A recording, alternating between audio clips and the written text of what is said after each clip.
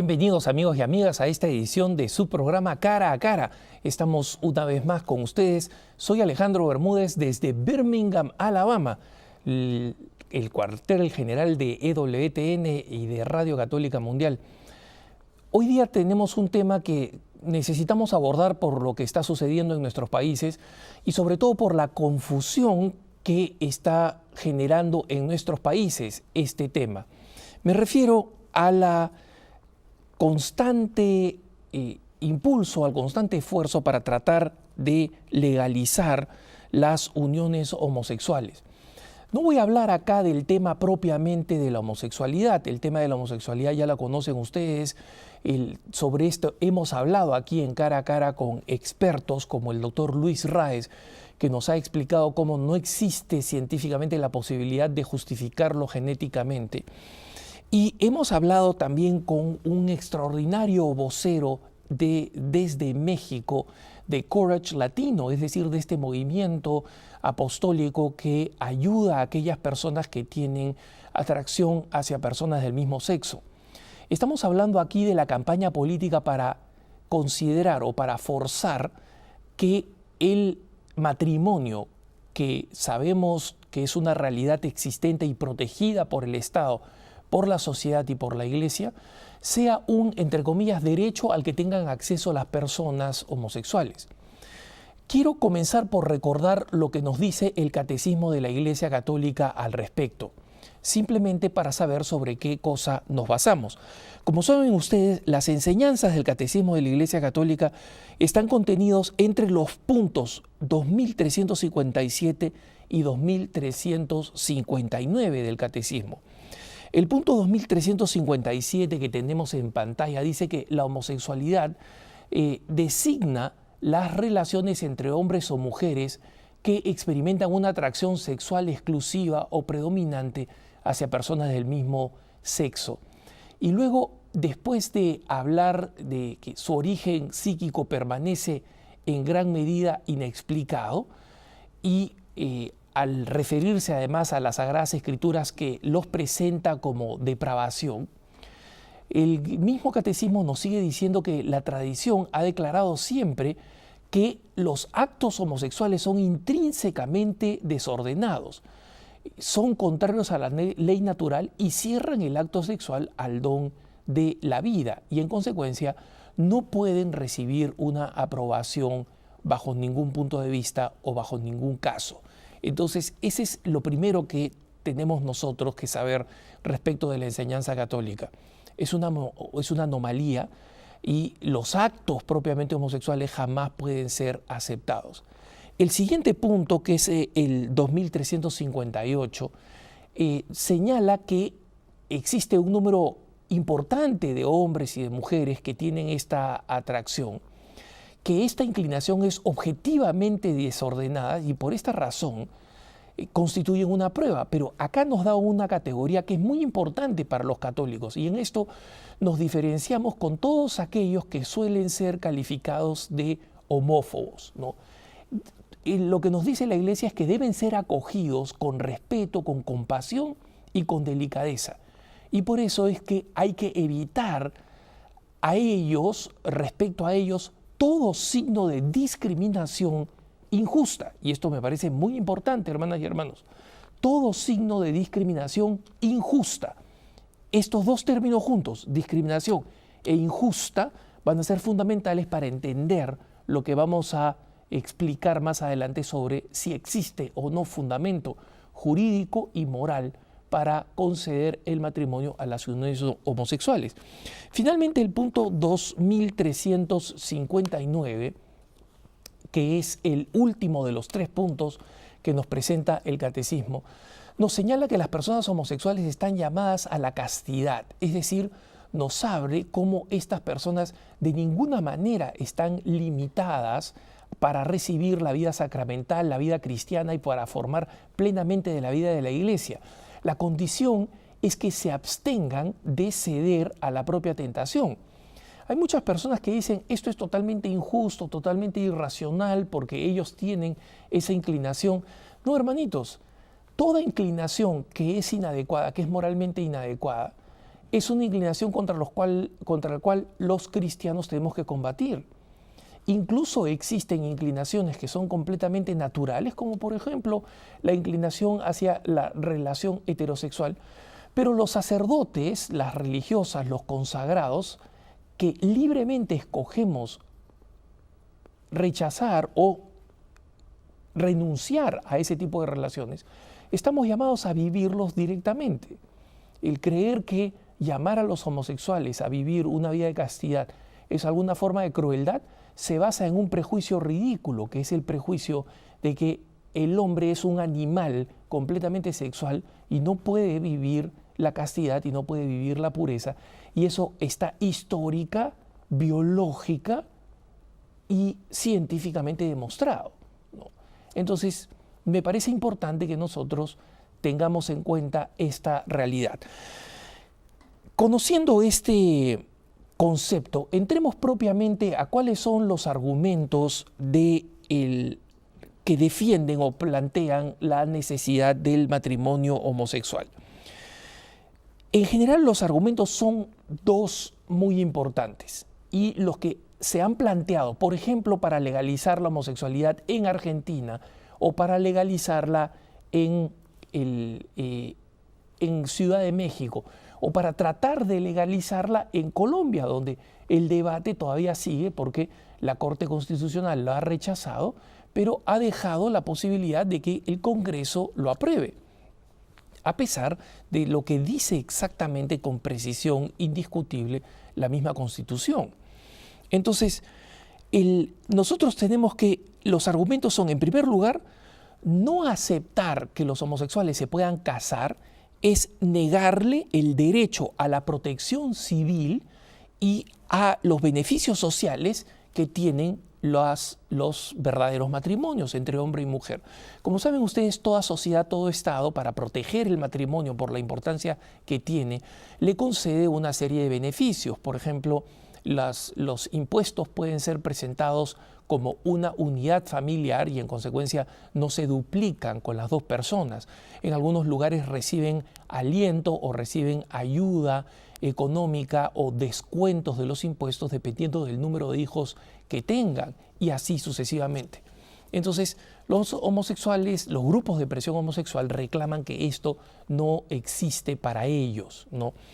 En segundo lugar, es que no aceptan o no aceptarlos es negar que las personas homosexuales puedan amar, desear estar unidas y criar hijos al igual que los demás. Es decir, básicamente sería un caso de discriminación.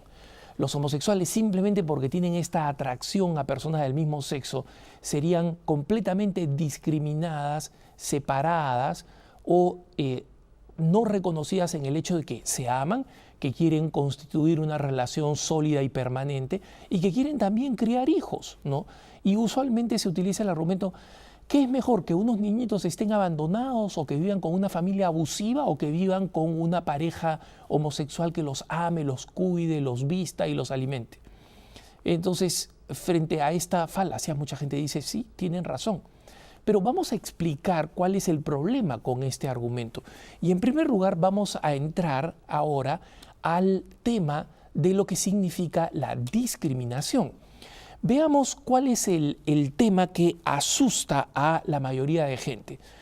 Básicamente es el término que hemos visto o que hemos mencionado, que es discriminar. Discriminar.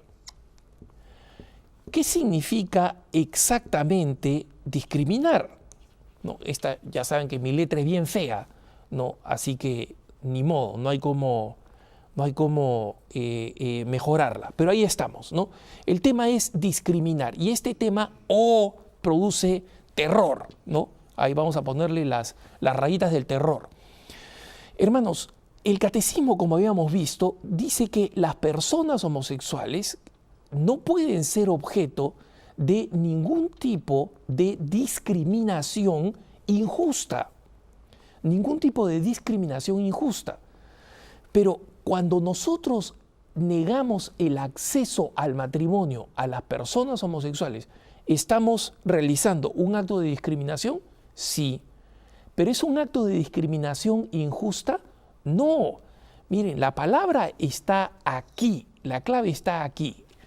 La raíz cri viene del griego krinein, que significa discernir, sopesar, distinguir, evaluar. Y en el fondo, ¿qué cosa significa? Significa que la aplicación de toda ley es una forma de discriminación. De hecho, el primer discriminador que existe en el planeta es la ley. Es el principal discriminador. Y ustedes dirán, ¿cómo así? Mira, la ley nos dice, una persona menor de 16 años no puede contraer matrimonio.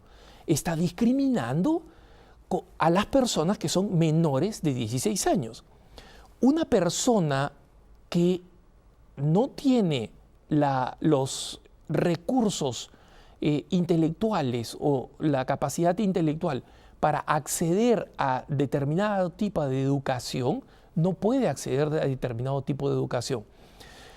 Una persona que va a trabajar atendiendo mujeres en determinadas situaciones de intimidad tiene que ser una mujer.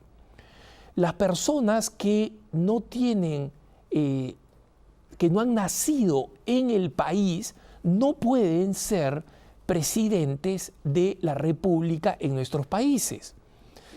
Una persona que no tiene más de 25 años no puede ser escogido congresista en nuestros países. Y así sucesivamente. Todas estas leyes discriminan. Cuando nosotros establecemos normas, antes de 18 años no puedes recibir un permiso para conducir y todavía no puedes conducir, toda ley discrimina. Justamente lo que hace la ley es separa segmentos de la población y establece normas. No habría orden, no habrían normas, no habría sistema jurídico si es que no existiera específicamente discriminación. Es decir, si no se estableciera un número de personas favorecidas y un número de personas afectadas. Esta es la ley, crear un número de personas favorecidas y un número de personas afectadas.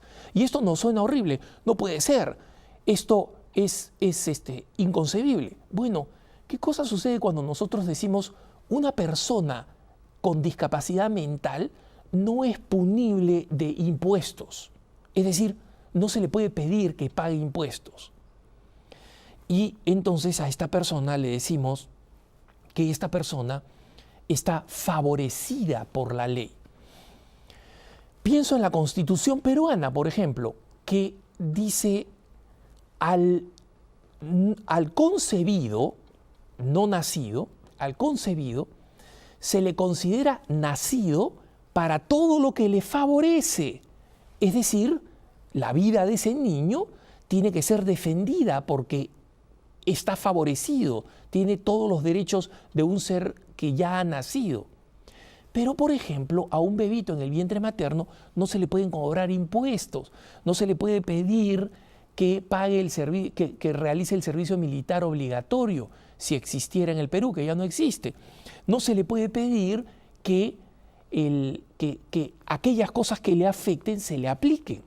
Entonces, la ley, cuando establece determinadas condiciones para poder conducir, determinados límites de edad, determinado sexo para realizar determinados trabajos, lo que está haciendo es crear un grupo de gente favorecida y un grupo de gente afectada.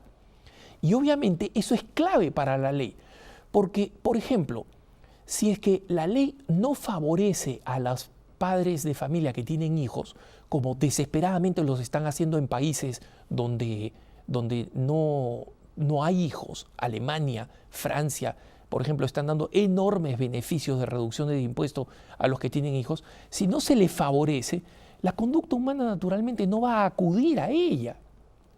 Y obviamente, si es que otro tipo de conductas no se les afecta a través de la punición, por ejemplo, en algunos casos, entonces esa persona jamás o las personas jamás van a evitar hacer un crimen. Entonces, una persona, por ejemplo, que roba una casa, fácilmente podría decir, oye, un momentito, a mí me están discriminando porque me están metiendo a la cárcel solo por robar una casa. ¿Por qué ese señor no va a la cárcel como yo? No va a la cárcel porque él no robó ninguna casa.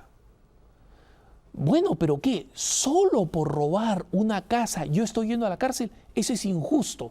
Es discriminatorio de todos los ladrones de casa. Los ladrones de casa estamos siendo discriminados.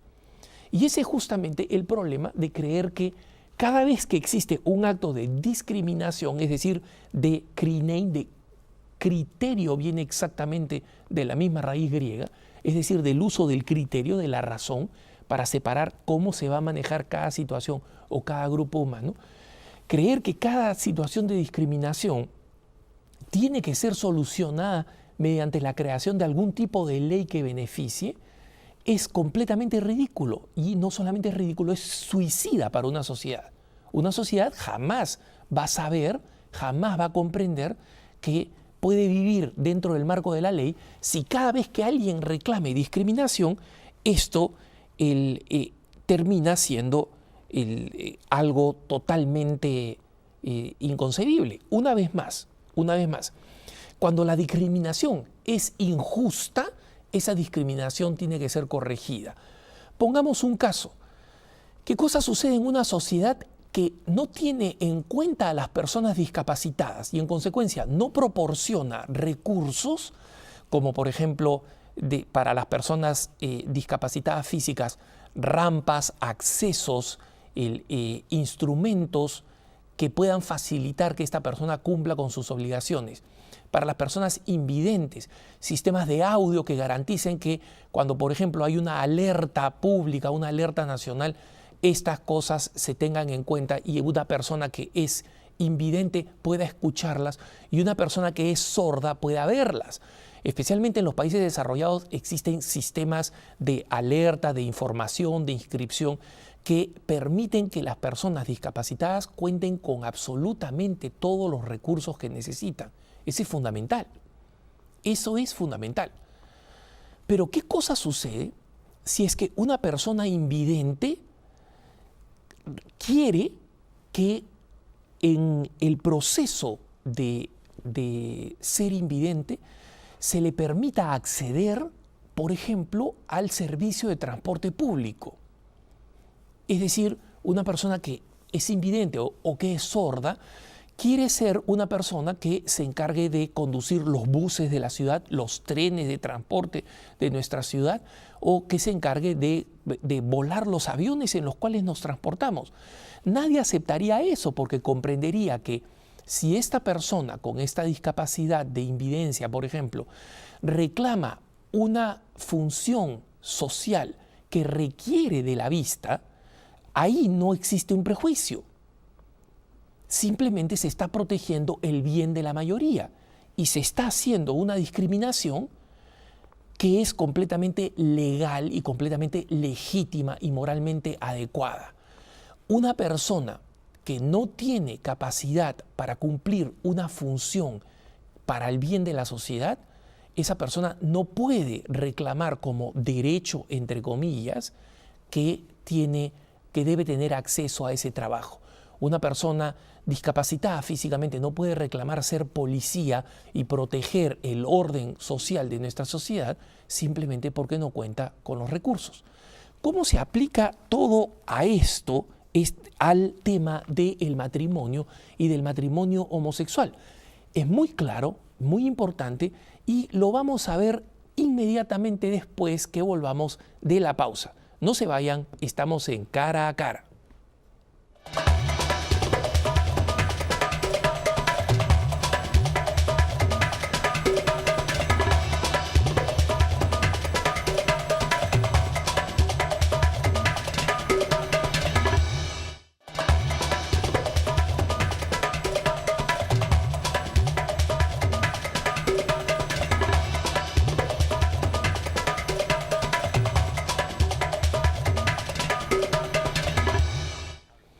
Estamos de vuelta con Cara a Cara. Soy Alejandro Bermúdez. Gracias por estar con nosotros, hermanas y hermanos.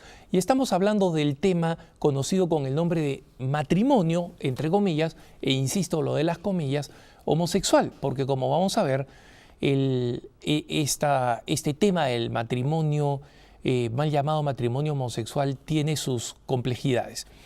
El tema del matrimonio es el siguiente. ¿Qué cosa significa matrimonio? Y aquí no queremos una definición que sea religiosa, porque recordemos que el matrimonio es anterior a la iglesia. La gente se casaba, desde Adán y Eva el Señor une al hombre y a la mujer. Históricamente, incluso para los que no creen en las Sagradas Escrituras, saben que los hombres y las mujeres se casaban antes que existiera la iglesia. Entonces, vamos a una definición clara, típica, que es la de la Real Academia Española, que podemos ver en pantalla. En la Real Academia Española dice matrimonio, del latín matrimonium. Entonces, la primera definición dice unión del hombre y mujer concertada mediante determinados ritos o formalidades legales. Unión de hombre y mujer concertada mediante determinados ritos o formas legales. La definición número 2 dice, en el catolicismo, sacramento por el cual el hombre y la mujer se ligan perpetuamente con arreglo a las prescripciones de la Iglesia, ¿no?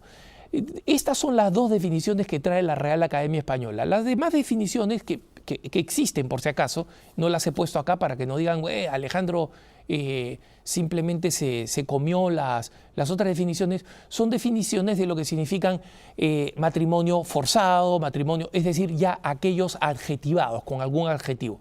Pero la definición es la que hemos nosotros visto en pantalla, ¿no? Entonces, lo importante es que nosotros comprendamos que estos son los conceptos, ¿no? Que es una unión de hombre y mujer, la unión de un hombre y una mujer, lo que quiere decir que una unión de un hombre con un hombre o una unión de una mujer con una mujer no es un matrimonio. Ese es el concepto clave. Una unión de un hombre con un hombre o de una mujer con una mujer no es un matrimonio. Y aquí ustedes van a ver que las parejas homosexuales dicen, pero nosotros nos amamos como si fuéramos un hombre y una mujer. Nosotros queremos tener hijos que obviamente tendrían que ser adoptados o por alguna de las formas de manipulación genética o fecundación in vitro que existen, ¿no? Pero nosotros queremos, nosotros necesitamos. Nosotros no queremos ser discriminados, nosotros no queremos que nos vean distinto.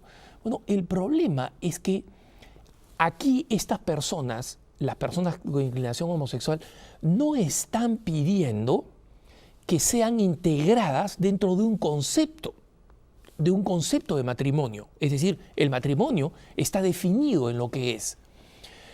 Estas personas quieren que sus uniones sean reconocidas por esta institución que es el matrimonio, pero no comprenden que al ser aceptadas dentro de la institución, rompen la institución y rompen la definición de la institución. Es decir, dejan prácticamente sin contenido el nombre de matrimonio, que terminaría siendo simplemente un membrete completamente vacío. Un membrete completamente vacío. Es como decir, vamos a tener una piscina y tenemos una de estas piscinas pequeñas, inflables para niños, ¿no es cierto?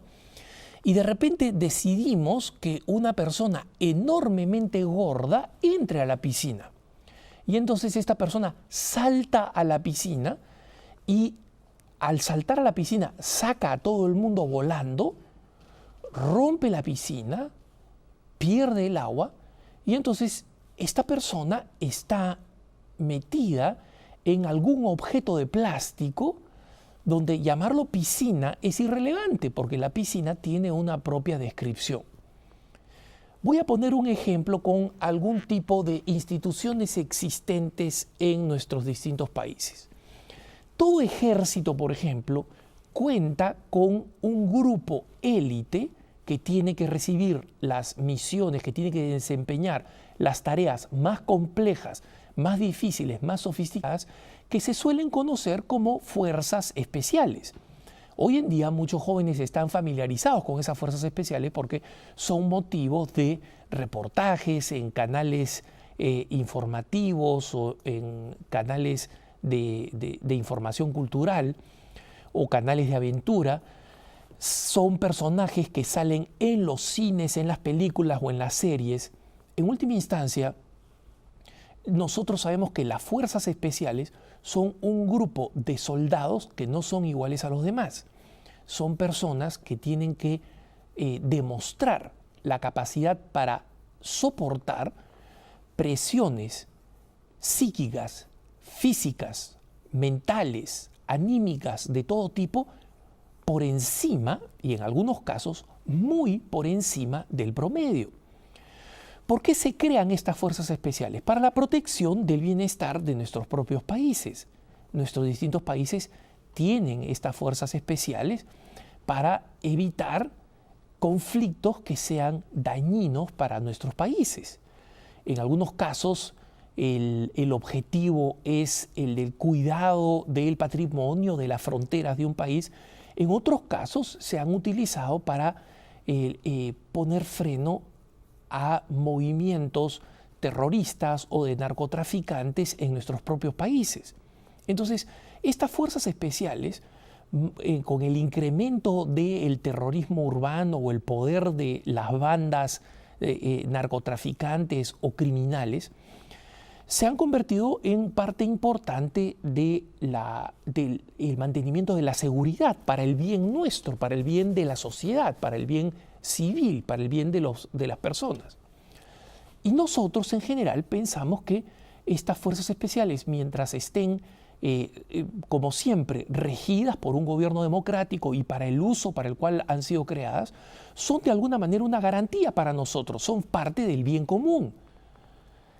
¿Qué cosa sucedería si es que una persona que no está en capacidad de formar parte de las fuerzas especiales le pone un juicio a las fuerzas especiales ante un juez diciendo que está siendo discriminada de formar parte de las fuerzas especiales?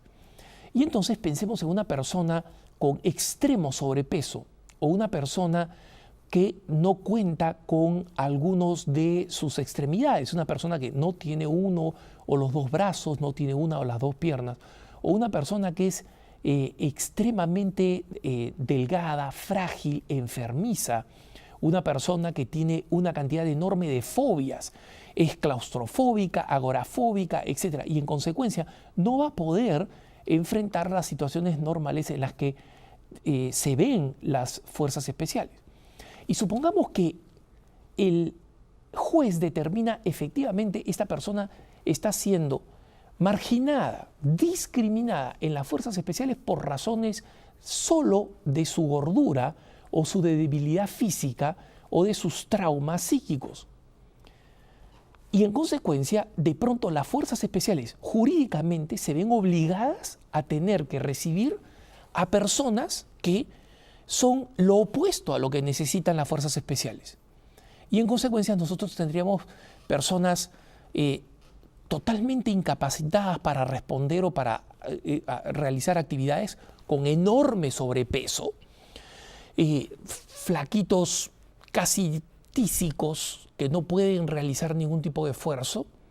Tenemos personas que son o invidentes o que no tienen las capacidades físicas porque han perdido algunas extremidades.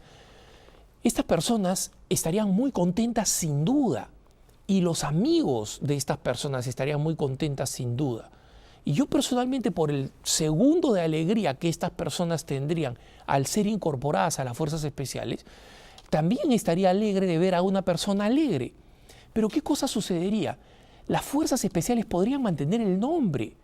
Estas personas podrían comenzar a utilizar los símbolos que hacen que las personas de las fuerzas especiales se caractericen, se distingan. Podrían usar la boina, podrían usar los membretes, las decoraciones, etcétera, etcétera.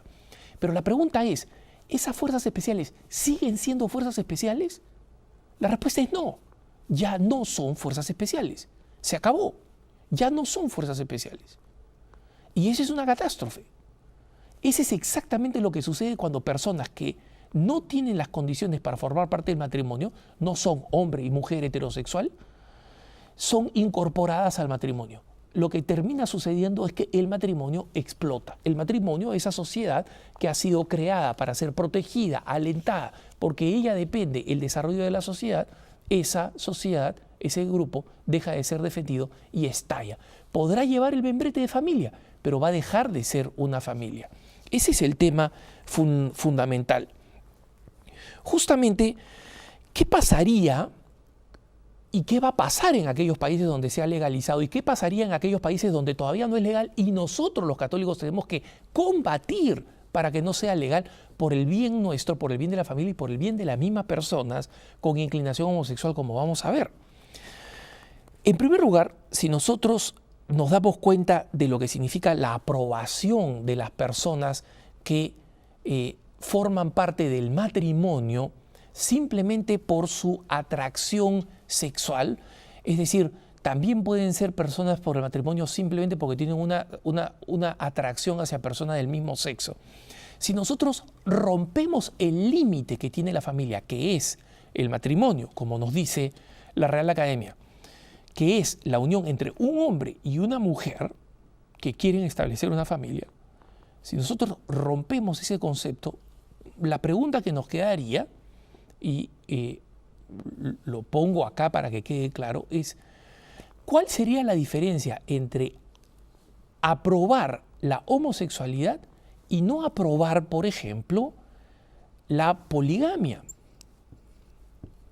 Es decir, como saben ustedes, el hecho de tener muchas mujeres o muchos hombres, familias que sean polígamas. ¿Cuál sería el problema entonces con defender el bestialismo? ¿No? Esta palabra es horrible, pero justamente se refiere a las personas que tienen atracción sexual con animales. ¿O qué sucedería, por ejemplo, con las relaciones sexuales entre las personas que son miembros de la misma familia? En concreto, lo que conocemos como incesto. Entonces, tú dirás, Alejandro, estás exagerando, las cosas no son así. No es que nadie vaya a aprobar, pues porque ha aprobado una cosa, va a aprobar pues el bestialismo, la poligamia. Hermanitos, pregúntenle a sus papás o a sus abuelos, pregúntenle si es que hace 20 años o 30 años a alguien se le ocurría que a los homosexuales se les iba a conceder el matrimonio. La gente iba a decir, esa es una locura. Bueno, hoy en día todas estas son probabilidades. Todas estas son probabilidades y más cosas. La pedofilia podría estar acá. Hoy en día todos los escándalos que hay, todos los golpes que hay a la iglesia especialmente, y en muchas ocasiones ni siquiera ninguna de las otras grandes causas de pedofilia. Pero veamos todas estas cosas que hoy en día nos horrorizan y cómo terminarían siendo fundamentalmente legales, porque una vez que se crea una brecha para que un grupo determinado de presión, simplemente porque quiere y se siente discriminado por esto, lo logra, las puertas están abiertas para todo el mundo. Y muchachos, por si acaso, hay ejemplos de esto, ¿no? Hay una familia polígama en el estado de Utah, en Estados Unidos, que está pidiendo que se le concedan exactamente los mismos derechos de poder vivir legalmente como polígamos, basándose en una ley de la Corte Suprema que suprimió la ilegalidad de la homosexualidad en el estado de Texas. Es decir, el mismo argumento que se utilizó para acabar con la homosexualidad, estas personas lo quieren. Y están en pantalla, son la familia Brown, ¿no? El caballerito de pelo largo que ven ustedes vendría a ser el, entre comillas, esposo, y las otras 4 mujeres son sus, entre comillas, esposas, y entre ellos tienen 16 hijos, ¿no?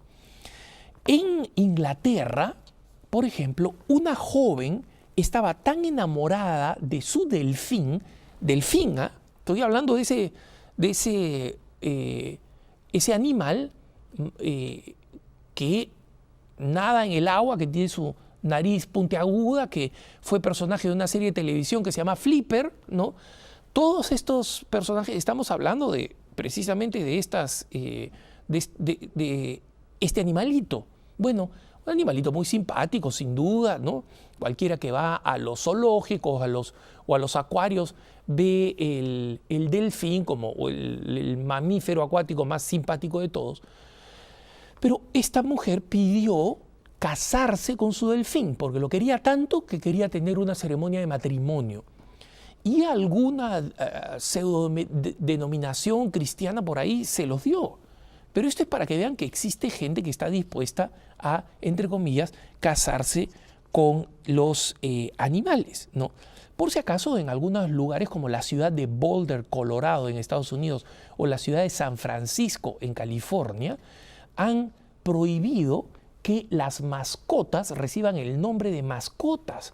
Ahora hay que llamarlas human companions, ¿no? Acompañantes humanos. ¿Cuánto falta para que después de esta movida científica, entre comillas, es decir, de este capricho legal, se les pueda permitir que se casen y que formen parte del matrimonio? Obviamente esto, además de abrir la puerta, produciría un caos jurídico, porque dado que el matrimonio significa todo, ya no significa nada. Les pongo un ejemplo. Hay dos varones, dos señores divorciados que habían dejado a sus esposas y que no estaban pagando los alimentos que deberían pagar a sus hijos después de haberse divorciado. Estudiaron la ley canadiense que permite el matrimonio de homosexuales y decidieron, entre comillas, casarse. Estos señores, por si acaso, no son homosexuales. Estos señores tienen relaciones sexuales con otras mujeres, cada uno su aventura, pero se dieron cuenta que si es que ellos formaban una unión homosexual y se mudaban a un mismo departamento, ahorraban dinero porque vivían en un mismo departamento. En segundo lugar, se presentaban como uniones homosexuales ante la ley. Y en tercer lugar, dado que las uniones homosexuales están recibiendo los mismos beneficios que reciben las parejas casadas, hombre y mujer, entonces aquí tendríamos un caso clarísimo de personas que podrían utilizar la ley para beneficiarse, y la utilizaron. Y cuando le dijeron, oye, pero ustedes no son homosexuales, ellos dijeron, ¿tú cómo sabes? ¿Acaso los funcionarios del Estado van a venir a ver si tenemos relaciones homosexuales? Nosotros nos proclamamos homosexuales y queremos los beneficios de las parejas homosexuales. Y en consecuencia, este par de avivatos han puesto en jaque el sistema legislativo canadiense por esta razón. Pero existen varios problemas más que requieren ser explicados y vamos a hacerlo volviendo de la pausa. No se vayan.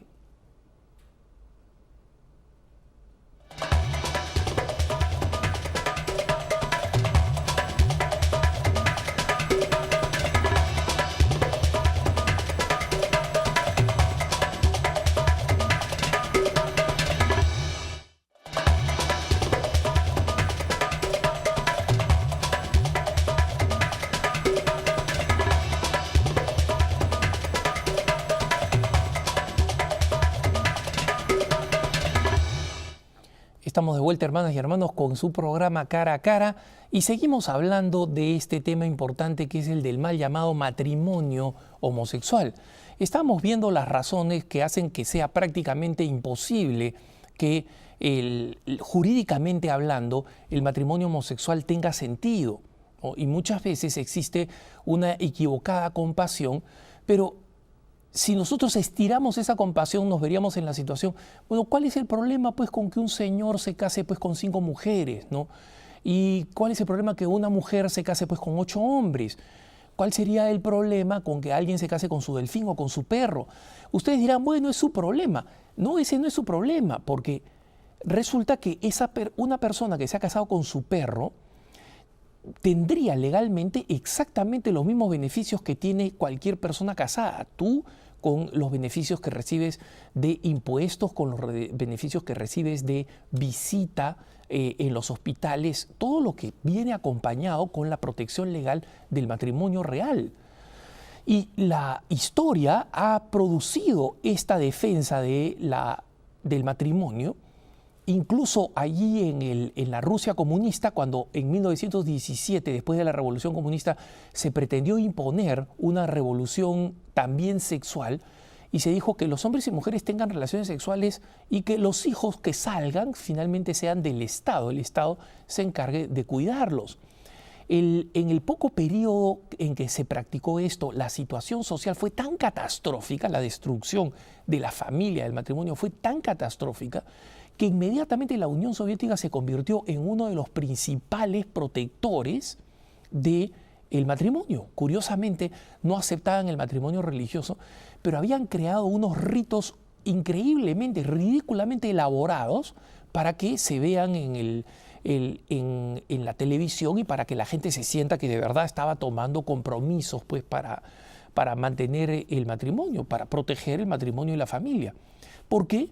No porque creyeran en el valor religioso, porque creían que era fundamental para sustentar la sociedad. Entonces, cuando nosotros nos preguntamos de las enormes consecuencias que esto tiene, negativas en la destrucción de la sociedad, y por otro lado, cuando vemos que solamente el 4% de las parejas homosexuales están interesadas en el matrimonio, el 4% de las parejas homosexuales están interesadas en el matrimonio, ¿para qué estamos pasando una ley que beneficia injustamente, inadecuadamente a una minoría? ¿Cuál es el sentido de pasar una ley así? Es absolutamente irracional. Vean ustedes, por ejemplo, cuando se pasó la ley de uniones civiles, que permitía, obviamente, que abría las puertas a las uniones de homosexuales, aunque no fuera el matrimonio, en Uruguay. ¿Cuántas parejas han hecho uso de esto? ¿Cuántas parejas homosexuales han hecho uso de esto? Después del primer año habían sido 6 o 7. Y en consecuencia, ¿y cuántas de esas siguen todavía unidas? En Estados Unidos, en el estado de Texas, hubo un estudio sobre cuántas parejas de Texas que habían prometido que se iban a viajar al estado donde se había aprobado el matrimonio, entre comillas, homosexual, como fue el estado de Massachusetts. Viajaron una cantidad enorme de parejas y un muchacho con inclinación homosexual, que simplemente estaba tratando de ver qué es lo mejor que debe hacer por su bien, como persona con inclinación homosexual, investigó que estas parejas habían estado menos de un año unidas. Y los divorcios, entre comillas, de las parejas de uniones homosexuales se convirtieron en una pesadilla en Texas, porque cuando estas personas fueron ante la ley a decir, nos queremos divorciar y queremos una ley que permita que nosotros nos repartamos adecuada y justamente los bienes que hemos adquirido como unión matrimonial. Y el estado de Texas dijo, mira, lo siento, para el estado de Texas ustedes son 2 hombres que están viviendo juntos y no hay ninguna comunión de bienes. Ese es en el estado de Massachusetts. Si ustedes se quieren divorciar, tienen que ir al estado de Massachusetts. Y le dijeron, oye, pero acá en Texas es donde están nuestros bienes. El estado de Massachusetts no le interesa si nuestros bienes están acá. Bueno, eso pasa cuando se juega con la ley, ¿no? Entonces, algunos van a decir, bueno, la solución es que sea a nivel estatal. Miren, ¿cuál es la razón por la cual estos grupos de presión homosexual recurren a este esfuerzo por lograr una aceptación mayoritaria de algo que van a utilizar mínimamente? Aquí es cuando creo que necesitamos conocer cuál fue la explicación y cuál es la explicación que da un militante homosexual muy conocido aquí en los Estados Unidos que se llama Michael Signorile. Mike Signorile decía lo siguiente, textualmente, el objetivo es luchar por el matrimonio del mismo sexo y sus beneficios y entonces, una vez garantizado, redefinir la institución del matrimonio completamente, pedir el derecho de casarse no como una forma de adherirse a los códigos morales de la sociedad, sino de desbancar un mito y alterar radicalmente una institución arcaica.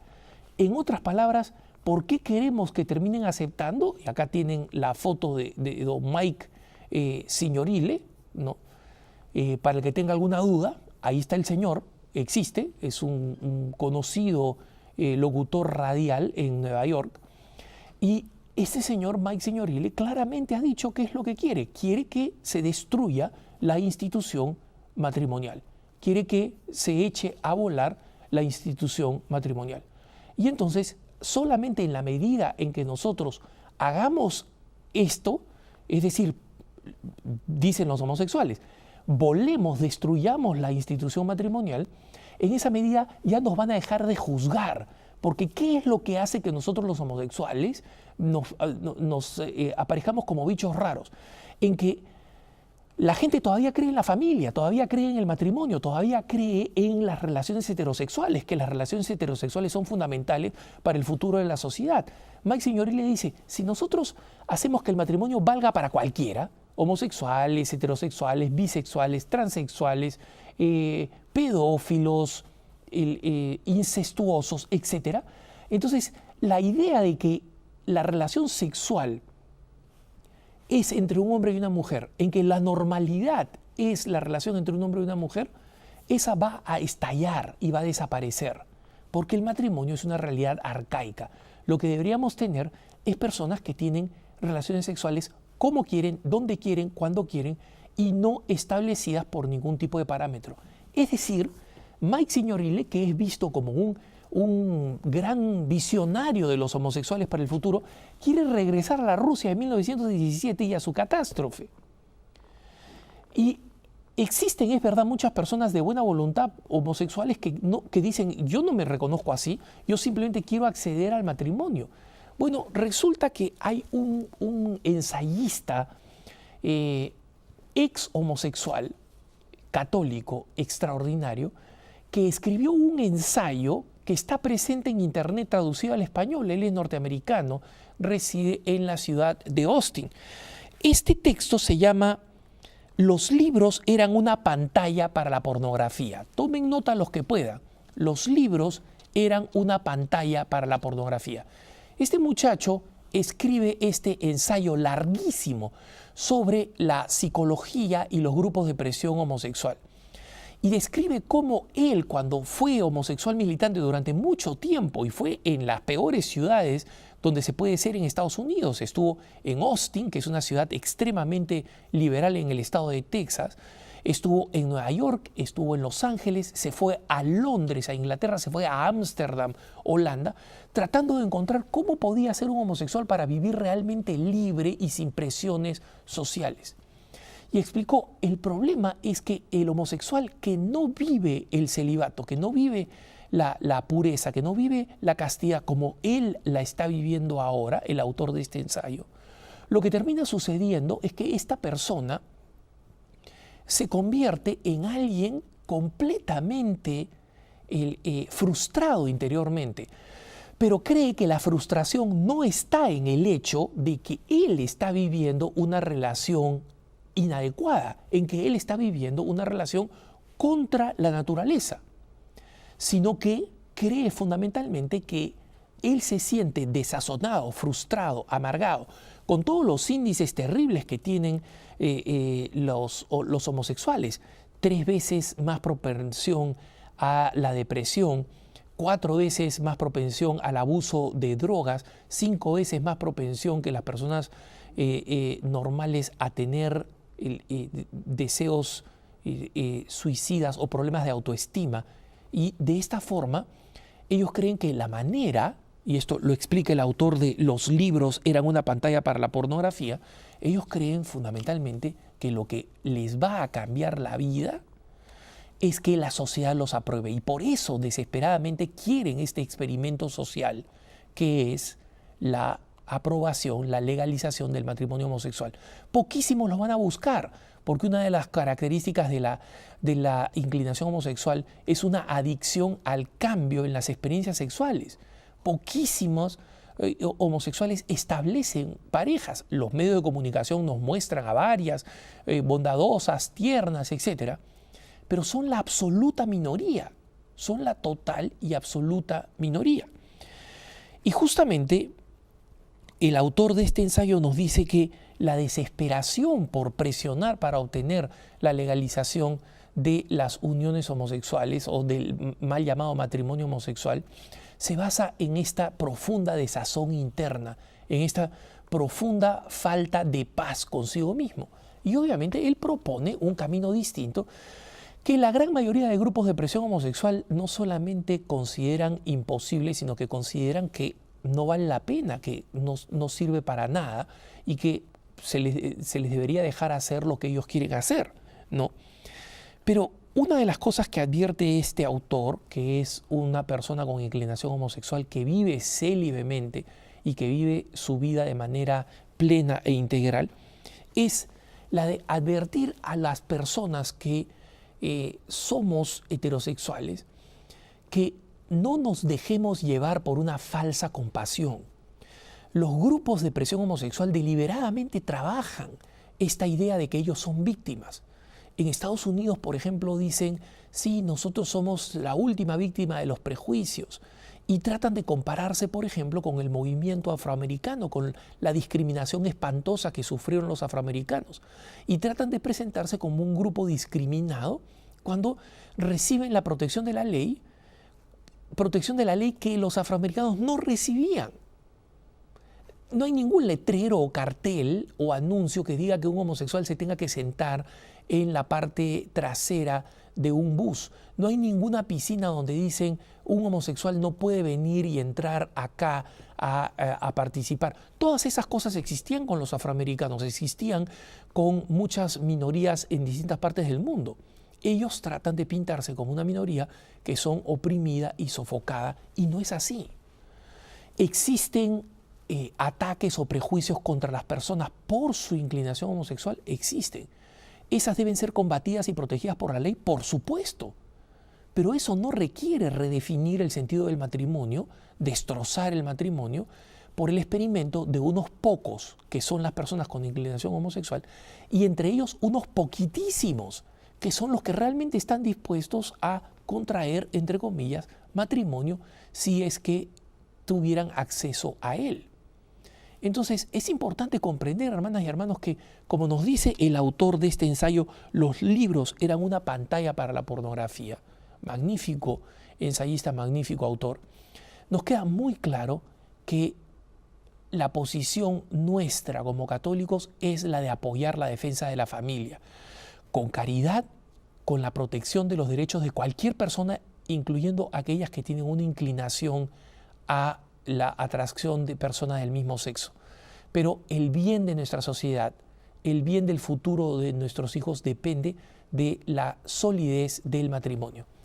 Los dejo en compañía, como siempre, de la mejor programación.